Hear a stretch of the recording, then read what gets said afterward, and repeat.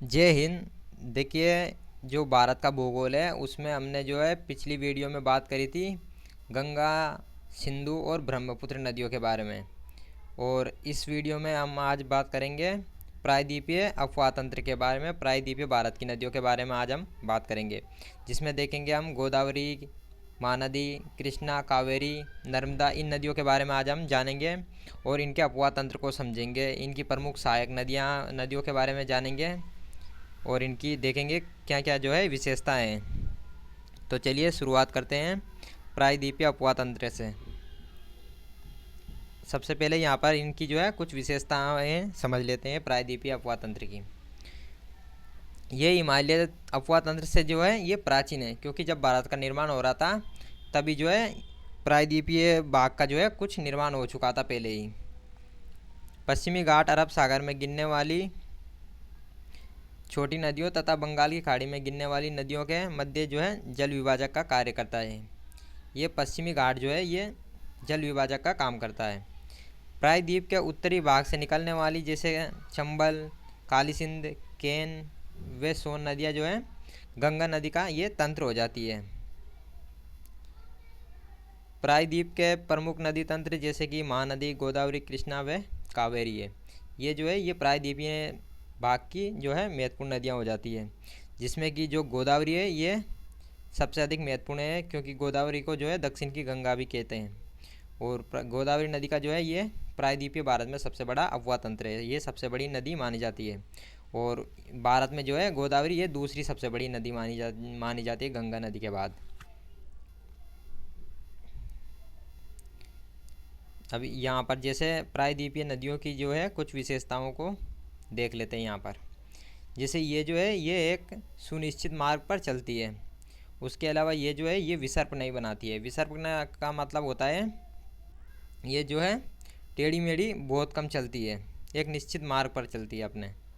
इसके अलावा ये जो है ये बारहमासी नहीं होती है, मतलब जो है इनका जो पानी है ये वर्ष भर नहीं रहता है, ये जो है पहले ही सूख जाती है। समुद्र में गिरते समय जो है ये डेल्टा बनाती है। डेल्टा का मतलब होता है जैसे कि मान लो यहाँ से ये नदी आ रही है, तो जो है ये समुद्र में गिरने से पहले जो है ये डेल्टा का निर्माण बनाती है। इस तरह से जो है ये फैल जाती है समुद्र के पास में, इसे जो है डेल्टा कहते हैं। ये अवसादों के कारण होता है। अब यहाँ पर जैसे कुछ अपवाद भी हैं, जैसे नर्मदा और जो तापी है ये इसका अपवाद है, क्योंकि ये जो है ये ज्वार नदमुख की एस्चुरी का निर्माण करती है। ये इसके दो अपवाद हो जाते हैं। ज्वार नदमुख का जो मतलब होता है जैसे जो नर्मदा और ये जो तापी है ये दो नदियाँ हैं, ये जो है ये भ्रंश घाटियों में बहती है, मतलब पहाड़ों को चीरते हुए बहती है। तो ये क्या करती है, जैसे ये समुद्र में गिरते समय जो है डायरेक्ट गिर जाती है, ये फैलती नहीं है वहाँ पर, तो इसे जो है ज्वार नदमुख कहते हैं या एस्चुरी कहते हैं। ये डायरेक्ट जो है समुद्र में गिर जाती है। अब आगे देखते हैं, जैसे विश्व की सबसे बड़ी एस्चुरी जो है वो सेंट लॉरेंस नदी ये बनाती है। अब यहाँ पर ज्वार नदमुख को समझ लेते हैं। जैसे जब नदियों के मुहाने पर नदियों द्वारा बहाकर लाया गया मलबा को जो है अवसाद कहते हैं, ये समुद्र में चला जाता है, तब इस प्रकार के समुद्र एवं नदियों के मिलन बिंदु को जो है ज्वार नदमुख कहते हैं।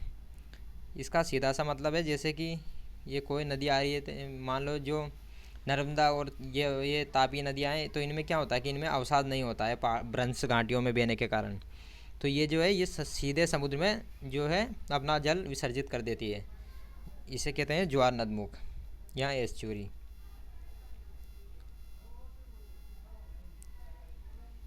हिमालय के निर्माण के समय जो है झटके लगने के कारण दक्षिण भारत का जो ढाल है वो पूर्व की ओर हो गया, और नर्मदा और तापी को छोड़कर शेष नदियाँ जो है पूर्व की ओर बहती है।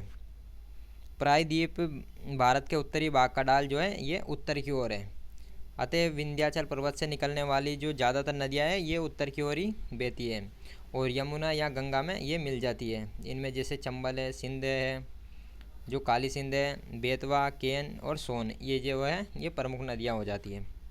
प्रायद्वीपीय भारत में जो है पूर्व दिशा में जो बहने वाली नदियाँ हैं उनका उत्तर से दक्षिण की ओर जैसे क्रम देखते हैं, तो इसमें जैसे स्वर्णरेखा, महानदी, गोदावरी, कृष्णा, पेन्नार, कावेरी और वेगई ये प्रमुख नदियाँ हो जाती है जिनका उत्तर से दक्षिण की ओर विस्तार है। तो ये कई बार पूछ लिया जाता है कि उत्तर से दक्षिण की ओर जो है नदियों का क्रम बताइए। सोन, नर्मदा तथा जो महानदी है ये अमरकंटक पठार से निकलती है, इनका वहाँ से उद्गम होता है। अब यहाँ पर सबसे पहले बात करते हैं महानदी के बारे में, इसकी विशेषताएं देखते हैं, कहाँ से ये निकलती है, कौन कौन सी इसकी सहायक नदियाँ होती हैं, इन सबको आज हम देखेंगे। तो ये जो है ये अमरकंटक पठार जो कि सिहावा जो कि छत्तीसगढ़ में है वहाँ से ये निकलती है महानदी, और ये पूर्व की ओर बहती हुई अपना जल पारादीप जो कि ओडिशा के समीप बंगाल की खाड़ी में विसर्जित कर देती है ये। उसके बाद जैसे आगे देखते हैं इसकी विशेषताएं। नदी की जो है इस नदी की लंबाई जो है वो 851 किलोमीटर है, और इसका जो जल ग्रहण क्षेत्र है वो लगभग 1.42 लाख वर्ग किलोमीटर इसका जो है जल ग्रहण क्षेत्र है। और अपवा द्रोणी की बात करें तो इसका जो है मध्य प्रदेश में 53% क्षेत्र है, और जो छत्तीसगढ़ और झारखंड में जो है इसका बाकी का जो क्षेत्र आ जाता है। और इसकी सहायक नदियों में जैसे बाईं तरफ की जो सहायक नदियाँ हैं उसमें शिवनाथ, हंसदेव, मांड और हीब है, और दाईं ओर जो है जोंक, लोंग तथा तेल है। ये जो है ये महानदी की प्रमुख जो है सहायक नदियाँ हो जाती है। इसके बाद आगे बढ़ते हैं, जैसे कि विश्व का सबसे बड़ा बांध जो है हीराकुंड बांध ये महानदी पर जो है स्थित है। ये नदी जो है वृक्षाकार प्रतिरूप का निर्माण करती है, मतलब इस तरह से जो है वृक्षाकार जो है बनाती है। अब बात करते हैं गोदावरी की। इसे जो है ये प्रायद्वीपीय भारत की सबसे बड़ी नदी है। इससे दक्षिण की गंगा या वृहद गंगा या इसे कहें तो बूढ़ी गंगा भी कहते हैं। ये महाराष्ट्र के जो है नासिक जिले के त्र्यंबकेश्वर से निकलती है, और इसका जो द्रोणी क्षेत्र है वो महाराष्ट्र में 49% और बाकी का MP छत्तीसगढ़ में जो है इसका क्षेत्र है। अब बात करते हैं इसकी सहायक नदियों की। तो इसमें वर्धा, पेनगंगा, मुनेर, पूर्णा, सबरी, मंजीरा, वेनगंगा, इंद्रावती, प्राणहिता तथा ताल ये प्रमुख नदियां जो है ये गोदावरी की सहायक नदियां हो जाती हैं। अब जैसे गोदावरी जो है 1465 किलोमीटर लंबी है, और इसका जो जल ग्रहण क्षेत्र है वो लगभग 3.13 लाख वर्ग किलोमीटर इसका जल ग्रहण का क्षेत्र है। और ये जो है ये प्रायद्वीपीय भारत की सबसे लंबी एवं भारत की दूसरी जो है सबसे लंबी नदी है। भारत की जो पहली लंबी नदी है वो गंगा है, उसके बाद जो है गोदावरी है। तो अब बढ़ते हैं आगे और जानते हैं इनकी विशेषताओं के बारे में। गोदावरी नदी जो है ये कोयला, पेट्रोलियम और प्राकृतिक गैस के लिए भी जो है प्रसिद्ध है, और पोचमपद तथा जयकवाड़ी इसी नदी पर जो है निर्मित जल विद्युत परियोजनाएं हैं। और गोदावरी नदी पर राजमुंद्री एवं कोसबूर को जोड़ने वाला एशिया का सबसे बड़ा जो है रेल से सड़क मार्ग यहीं पर जो है निर्मित किया गया है, जो अभियांत्रिका का एक उदाहरण हो जाता है। ये गोदावरी की जो है इस तरह से प्रमुख विशेषताएं थी। अब इसके बाद हम बात करेंगे कृष्णा नदी के बारे में। तो कृष्णा नदी जो है ये प्रायद्वीपीय भारत की दूसरी सबसे बड़ी नदी हो जाती है। पहली हो गई गोदावरी और दूसरी कृष्णा नदी है। इसकी द्रोणी देखें तो ये महाराष्ट्र, कर्नाटक एवं आंध्र प्रदेश तक विस्तृत है, और ये महाराष्ट्र के जो है पश्चिमी घाट में महाबलेश्वर के निकट निकलकर जो है ये बंगाल की खाड़ी में अपने जल को विसर्जित कर देती है, गिरा देती है।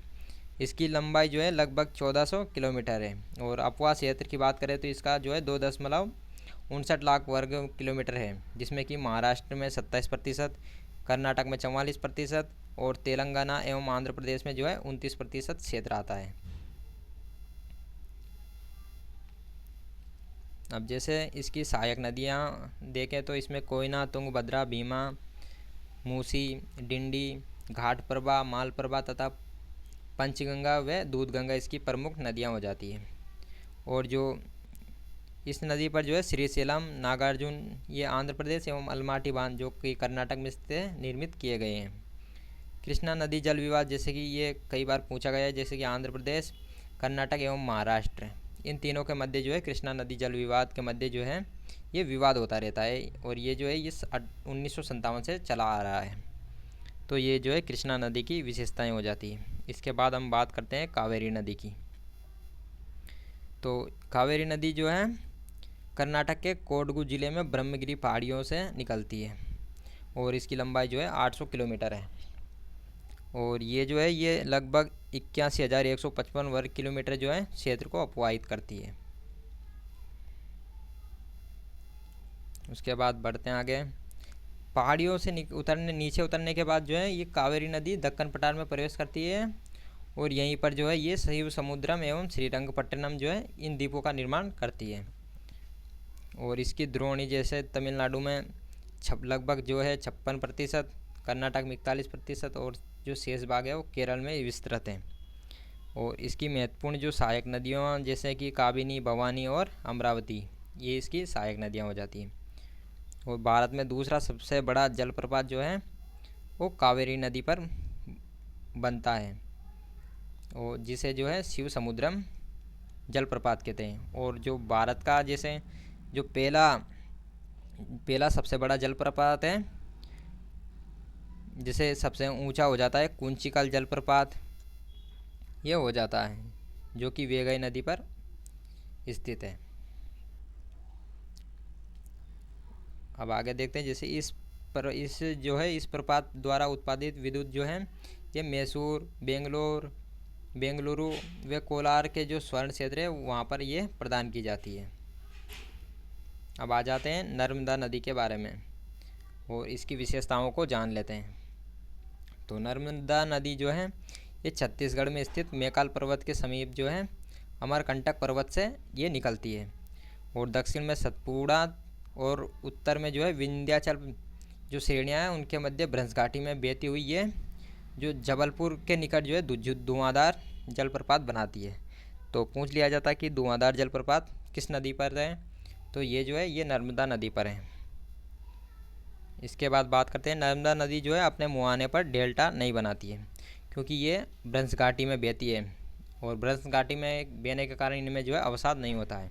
इस कारण ये जो है ये ज्वार नदमुख का निर्माण करती है, एस्चुरी का निर्माण करती है, जिसको हमने समझ लिया है। उसके बाद देखते हैं, ये जो है ये 1312 किलोमीटर लंबी है, और जो 27 किलोमीटर लंबा लगभग ये ज्वार नदमुख बनाती है। और इसकी एक और विशेषता है कि अरब सागर में गिरने वाली है प्रायद्वीपीय भारत की सबसे बड़ी नदी हो जाती है नर्मदा नदी। और जो सरदार सरोवर परियोजना है वो भी नर्मदा नदी पर ही बनाई गई है। और इसकी ध्रुवणी की बात करें तो ये मध्य प्रदेश, गुजरात व महाराष्ट्र के कुछ भागों तक इसका विस्तार है। इसके बाद आ जाते हैं तापी नदी की। इसकी विशेषताओं में जैसे कि तापी का जो उद्गम है वो मध्य प्रदेश के बैतूल ज़िले में सतपुड़ा की श्रेणियों में स्थित मुल्ताई से इसका उद्गम होता है, और ये भी नर्मदा की तरह जो है भ्रंश घाटी में बहती है। भ्रंश घाटी का मतलब होता है पहाड़ों को चीरते हुए। और इसकी लंबाई 724 किलोमीटर है, और इसका अपवाह क्षेत्र देखें तो लगभग 65,000 वर्ग किलोमीटर में इसका अपवाह क्षेत्र है। और ये जो है जैसे महाराष्ट्र में 79%, मध्य प्रदेश में 15% और शेष भाग जो है गुजरात में आ जाता है। इसके बाद बात करते हैं लूनी नदी की। तो लूनी नदी जो है ये राजस्थान की प्रमुख नदी हो जाती है। जैसे ये नदी जो है पुष्कर झील से दो धाराओं जिसमें कि सरस्वती और साबरमती के रूप में उत्पन्न होती है, और गोविंदगढ़ के निकट ये मिल जाती है आपस में। और यहाँ से ये नदी अजमेर के दक्षिण पश्चिम में जो है अरावली पहाड़ियों से निकलती है, और कच्छ के रण में जो है ये विलुप्त हो जाती है। इसके बाद जैसे गग्गल, लूनी, रूपेण, सरस्वती और बनास ये जो है ये अंतःस्थलीय अपवहन का जो है ये उदाहरण हो जाता है। अंतःस्थलीय प्रवाह नदियाँ ऐसी नदियाँ जो समुद्री मुहाने तक नहीं पहुँच पाती है और स्थलीय क्षेत्रों में ही विलुप्त हो जाती है, उसे जो है अंतःस्थलीय प्रवाह नदियाँ कहते हैं। मतलब जिनका पानी जो है बीच में ही सूख जाता है बहते बहते। इसके बाद आ जाते हैं माय नदी की बात करते हैं।